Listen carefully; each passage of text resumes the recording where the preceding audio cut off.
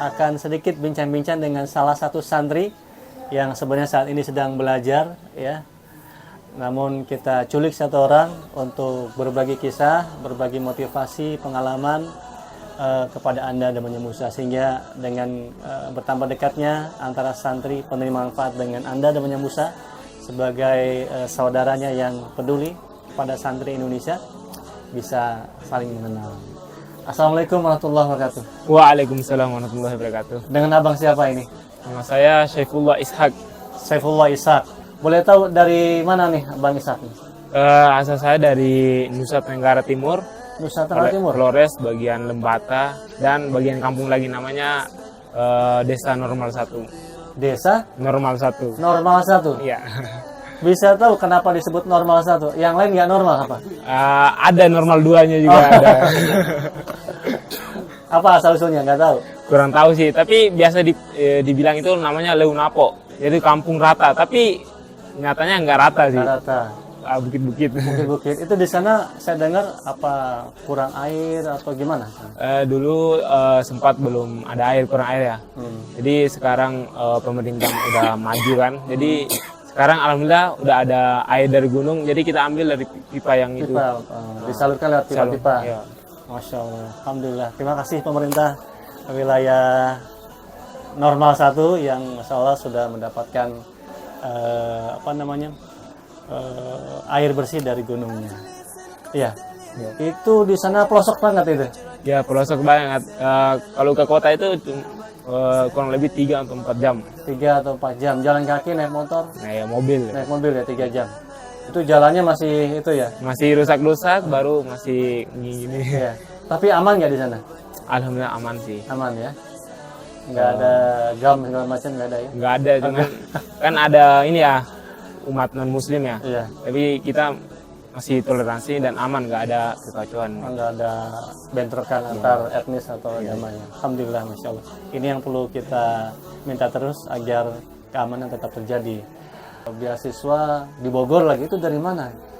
Sebelumnya saya bercerita dulu ya Pak. Iya, boleh. Sebelumnya saya pernah mondok di Sulawesi Selatan ya. Mau sempat kuliah di situ. Nah, nyatanya paman saya suruh ini mau kuliah ke Sudan. Tadinya mau ke Sudan? Iya. Masya Allah. Tapi nyatanya saya disuruh ke Cilengsi dulu karena pusatnya situ di Cilengsi untuk pendaftaran melalui tes ke Sudan.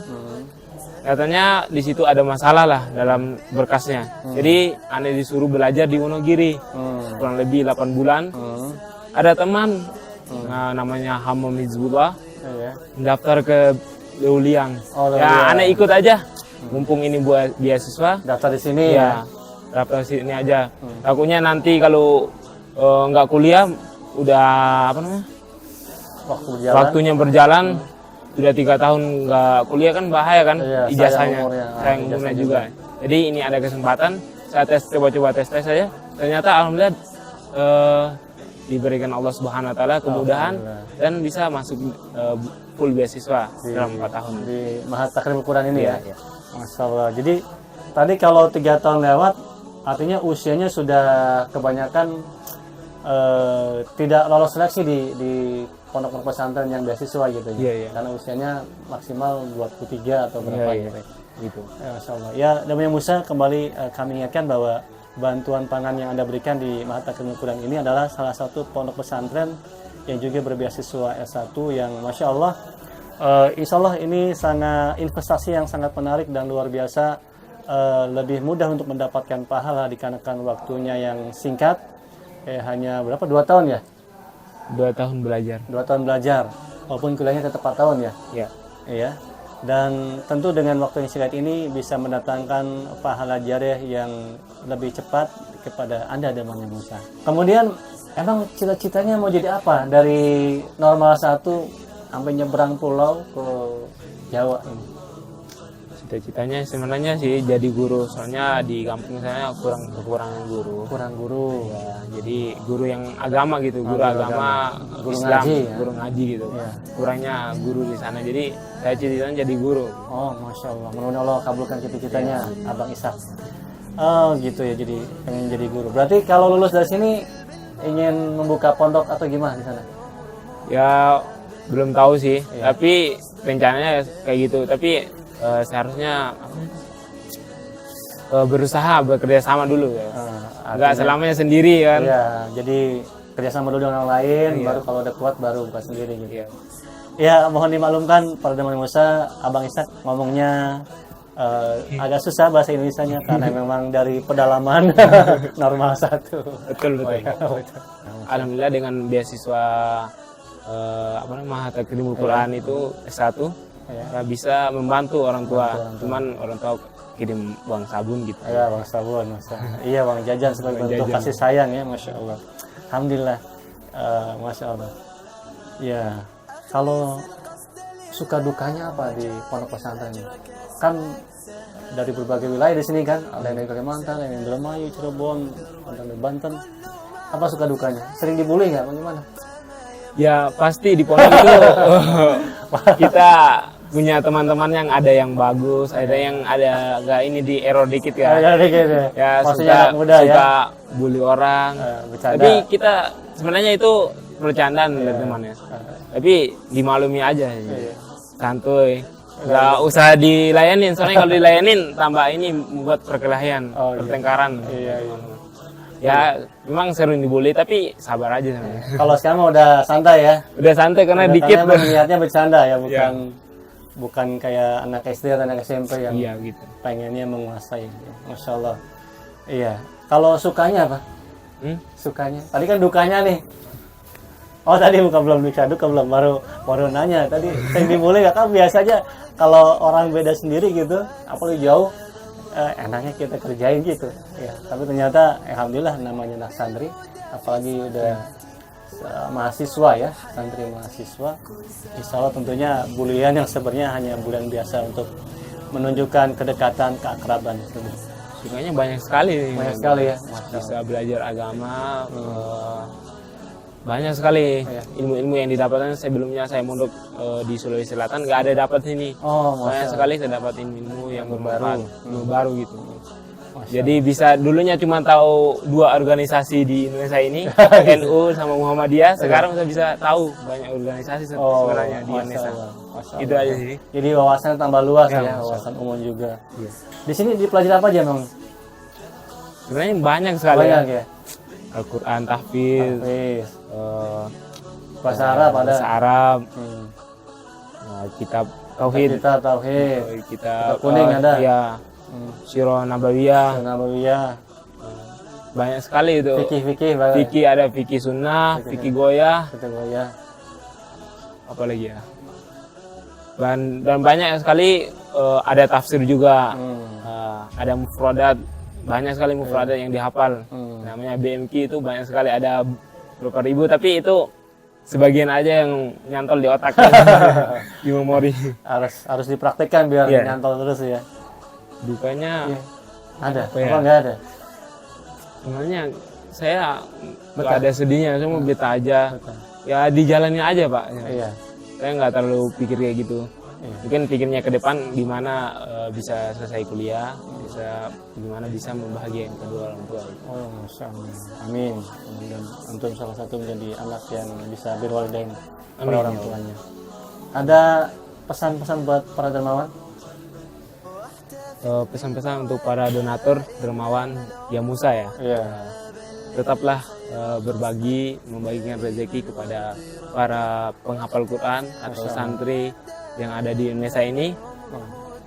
Semoga Allah Subhanahu wa taala membalasnya di dunia maupun di akhirat kelak nanti.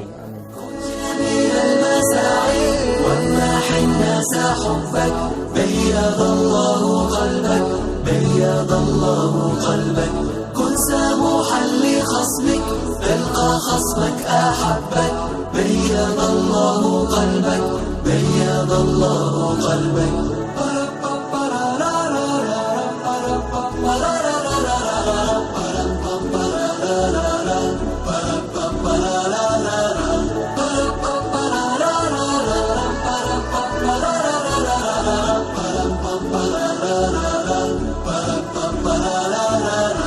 أخلص القصد لله واجعل الأجر كسبك سهل الله دربك سهل الله دربك كل معروف خير ربما يمحو يمحو ذنبك سهل الله دربك سهل الله دربك كن جميل المساعي وامنح الناس حبك. Alhamdulillah, namanya Musa, kita sampai di Ma'had Huda Islami Lewiliang Bogor yang Masya Allah. Assalamualaikum. Waalaikumsalam warahmatullahi wabarakatuh. Abang siapa namanya? Revaldi Putra, Revaldi Putra. Tahun berapa lahir? tahun 2001. 2001 ya, Masya Allah. Berarti udah berapa tahun ya? Sekarang 2023. 22 tahun berarti ya? Besok insya Allah. 22 tahun, Masya Allah. Bang Revaldi asal dari mana? Asal dari Bangka Belitung. Asal di sana ya? Iya, benar sih. Lahir, SD, SMP di sana? Iya, sampai SMK juga. SMK di sana juga? Kalau Bangka Belitung bahasa daerahnya apa ini? Melayu. Melayu ya? Oh gitu. Bahasanya Melayu ya? Mm-mm. Iya, iya, iya. Masya Allah. Ya, ini sedikit bertanya nih.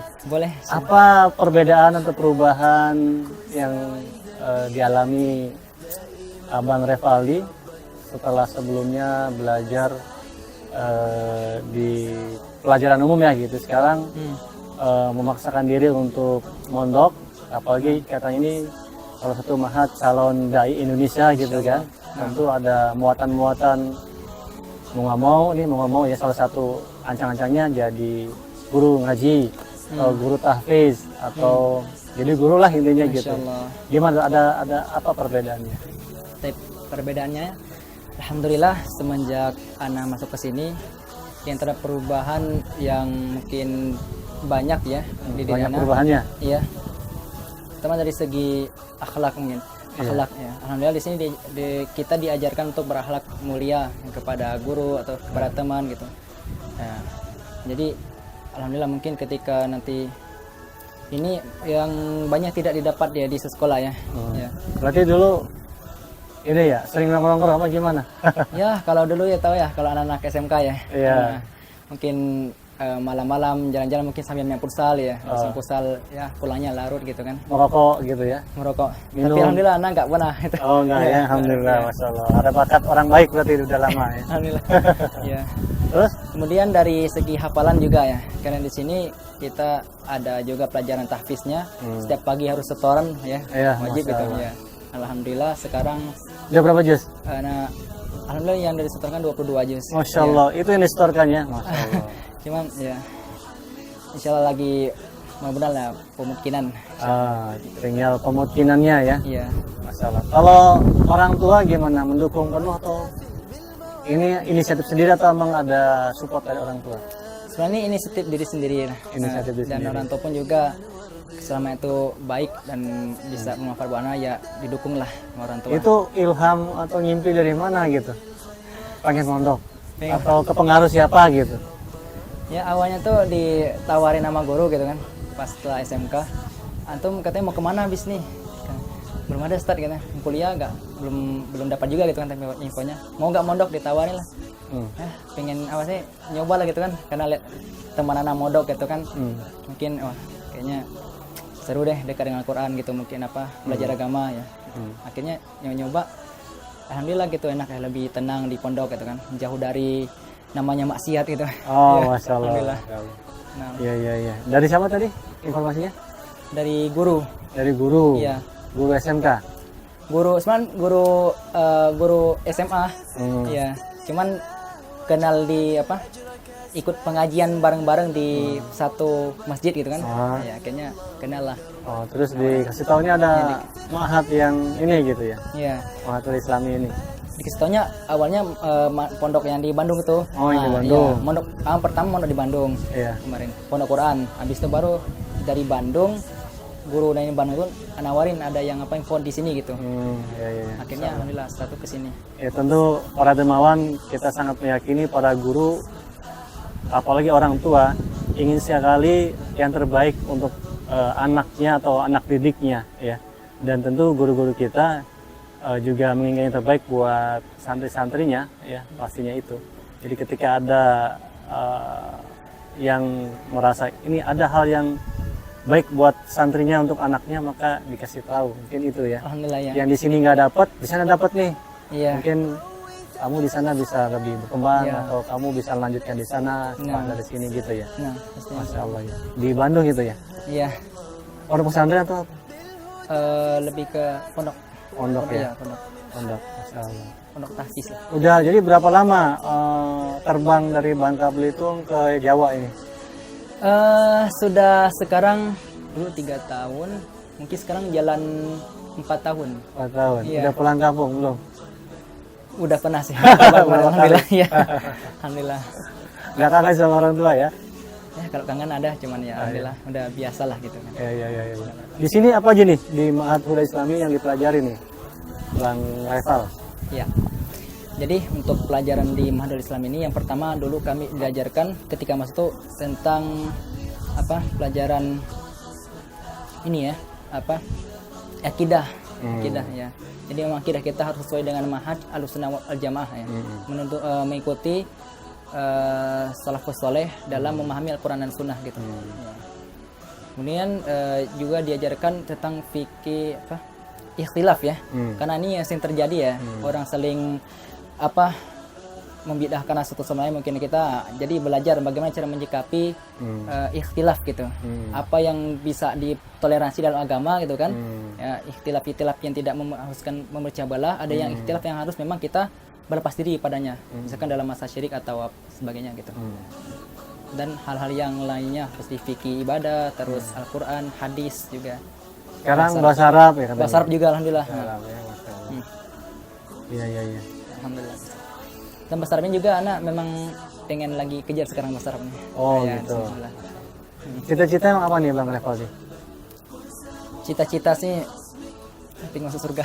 Oh, Yang Masya tinggi, Allah, iya insya itu. Allah. Pak Dermawan, cita-cita yang sering dilupakan oleh anak-anak kita, bahkan kita sendiri, ketika ditanya, cita-cita kamu apa? Saya ingin jadi pilot, saya ingin jadi apa gitu. Ya waktu itu sarana.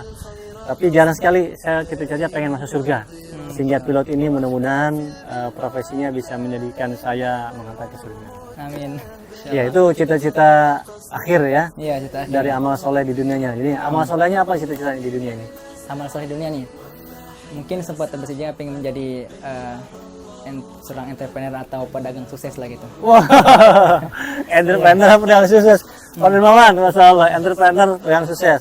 Sedangkan beliau saat ini sudah menyetorkan hafalan 22 juz, jauh-jauh dari kampung gitu kan, mondok.